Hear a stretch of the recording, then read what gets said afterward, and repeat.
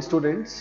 आज के इस ज्योग्राफी के ऑनलाइन सेशन में हम डायनेमिक्स ऑफ ओशन की बात कर रहे हैं और इस चैप्टर में हम देखेंगे कि हमारे अटलांटिक ओशन और इंडियन ओशन में कौन कौन सी धाराएं चलती हैं। जैसा कि हमने पिछले सेशन में पैसिफिक ओशन की बात की, हमने उन कारणों की बात की कि किस प्रकार धाराएं उत्पन्न होती हैं। तो इस क्लास में हम अटलांटिक और इंडियन ओशन को डिटेल में देखेंगे कि यहाँ कौन कौन सी धाराएं चलती हैं। एक बार मैं फिर आपको बताऊं कि हमने पीछे उन सारे ओशनिक डायनामिक्स की बात की जिसमें लहरें, सुनामी, ज्वार-भाटा था, और ये जो हमारा सेशन है ये ओशनिक करंट्स के बारे में है। जो करंट्स विंड ड्रैग के कारण, सैलिनिटी डिफरेंस के कारण, डेंसिटी डिफरेंस के कारण, अर्थ की रोटेशन के कारण, बहुत सारे कारणों से प्रभावित होती है, जिनको हमने डिटेल में पिछले सेक्शन में देखा था।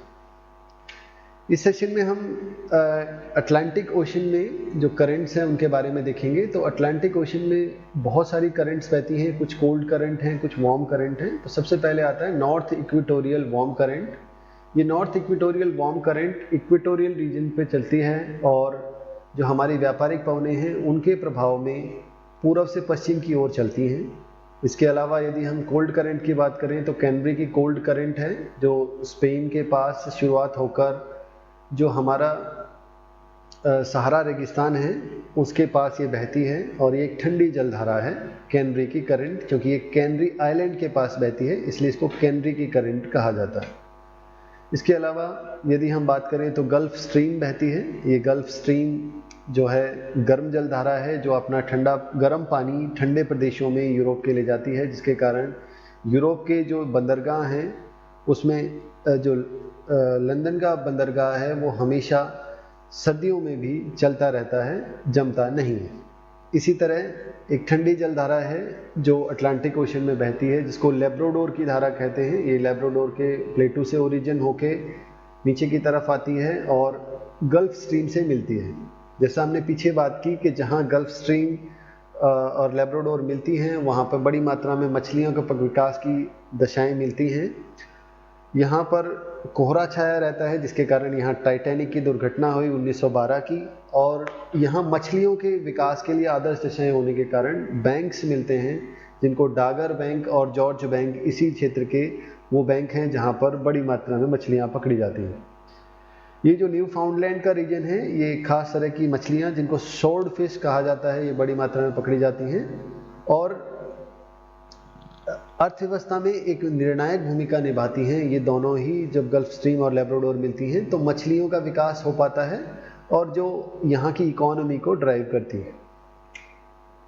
साथ ही साथ जो हमारी गल्फ स्ट्रीम है, गल्फ स्ट्रीम के कारण एक ऐसा सागर भी बनता है जो सागर की एक बाउंड्री बनाती है जिसको सारगोसा सी कहते हैं। ये सारगोसा सी नॉर्थ अटलांटिक ओशन में है।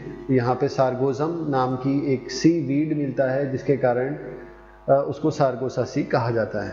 इसी तरह साउथ इक्वेटोरियल वार्म करंट है, ये भी जो हमारी व्यापारिक पवनें हैं, ट्रेड विंड्स हैं, उनके प्रभाव के अधीन उत्पन्न होती हैं और साउथ इक्वेटोरियल रीजन में बहती हैं। इसी तरह ब्राज़ील की जो गर्म जलधारा है वो भी बहती है ब्राज़ील के तट के पास। ये अपना गर्म पानी ब्राज़ील के तट पे लाती है। इसके आगे यदि हम देखें फॉकलैंड की धारा जो कोल्ड करंट है वो भी साउथ इक्वेटोरियल जो साउथ अटलांटिक ओशन है वहाँ बहती है। इसके अलावा जो हमारा अफ्रीका का तट है अटलांटिक ओशन में, जहाँ पे कालाहारी डेजर्ट है, वहाँ पे बेंगुला करंट बहती है और बेंगुलन करंट के प्रभाव के अधीन ही यहाँ पर हमारा जो रेगिस्तान है, कालाहारी रेगिस्तान है, वो बना है। इसके अलावा यदि हम साउथ जो अटलांटिक ओशन है उसकी बात करें तो यहाँ पर अंटार्कटिक ड्रिफ्ट बहती है और इक्वेटोरियल रीजन पे यदि हम बात करें तो जो हमारे इक्वेटोरियल करंट हैं अटलांटिक ओशन की उनके बिल्कुल अपोजिट डायरेक्शन में बहने वाली काउंटर इक्वेटोरियल करंट जो अटलांटिक ओशन में बहती है, जो बिल्कुल अपोजिट बहती है हमारी इक्वेटोरियल करंट्स के, इसीलिए इसको काउंटर इक्वेटोरियल करंट कहा जाता है। तो आप देख सकते हैं कि मैप में दिखाया गया है कि लेब्राडोर की धारा, गल्फ स्ट्रीम की धारा, Canary current, north equatorial current, एक counter equatorial current, south equatorial current, Brazil current और बेंगुलर करंट किस तरह अटलांटिक ओशन में बहती है। अब यदि हम दूसरे ओशन की बात करें तो इंडियन ओशन आता है। जैसा कि हम जानते हैं कि इंडियन ओशन अपने आप में एक यूनिक ओशन है as compared to Pacific and Atlantic ocean, जहां पैसिफिक और अटलांटिक ओशन खुले महासागर हैं। हमारा जो इंडियन ओशन है वो एक बंद महासागर है, जिसमें हवाएं जो हैं 6 महीने में अपनी बहने की दिशा बदल लेती हैं। मानसून आता है और मानसून के प्रभाव से जो समुद्री धाराएं हैं वो भी अपना प्रभाव बदल लेती हैं।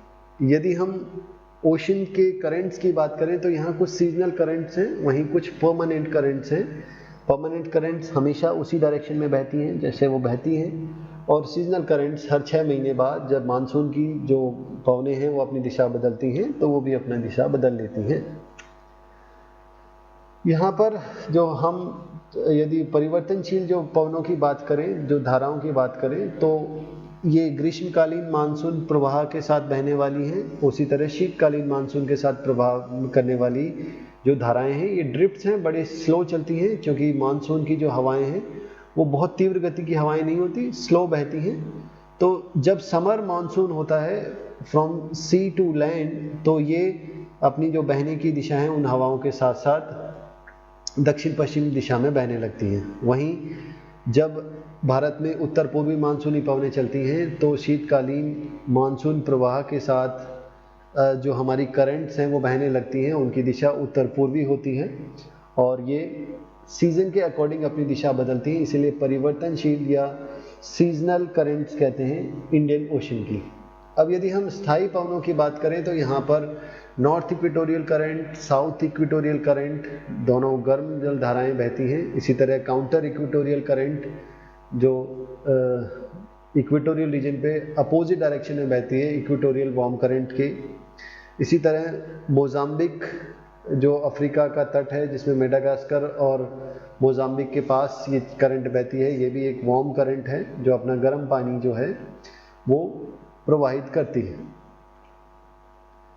इस तरह परमानेंट विंड्स में परमानेंट जो हमारी करंट हैं इनमें यहाँ पर वेस्ट ऑस्ट्रेलियन कोल्ड करंट बहती है, और यदि अफ्रीका के पास देखें तो साउथ अफ्रीका के खास तौर से अगुहास की करंट बहती है जो वार्म करंट है, अपना गर्म पानी प्रवाहित करती है।